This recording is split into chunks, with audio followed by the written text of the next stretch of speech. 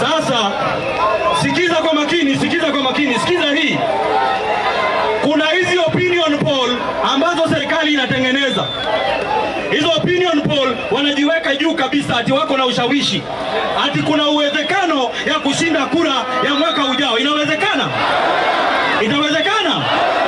Sasa watu wa Bomachoge Borabu kutoka Kisii County wamenituma nifanye kura ya maoni hapa saa hii.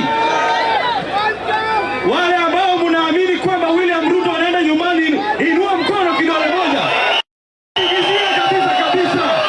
Asanteni na Mungu awabariki. Nataka nichukue nafasi kuita mheshimiwa ambaye amekuwa suspended kule bungeni. Huyu mheshimiwa